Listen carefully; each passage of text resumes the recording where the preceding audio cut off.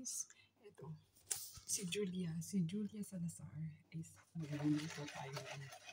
Magbibig tayo ng brownies. Ayan, ito ba? Ingredients na.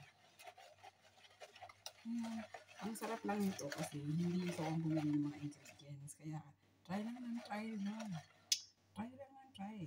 Diba? Diba? Although may alam ka, na nakita mo dati, ngayon, syempre, natatakot ka na mag-try. Ngayon, hindi naman ako bumili ng ingredients. Ito yung flour. Ito yung asukal. Diba? Vanilla essence. Tapos, baking powder. Yung cocoa. And the egg. Isang egg lang. Tapos ito na yung mixture.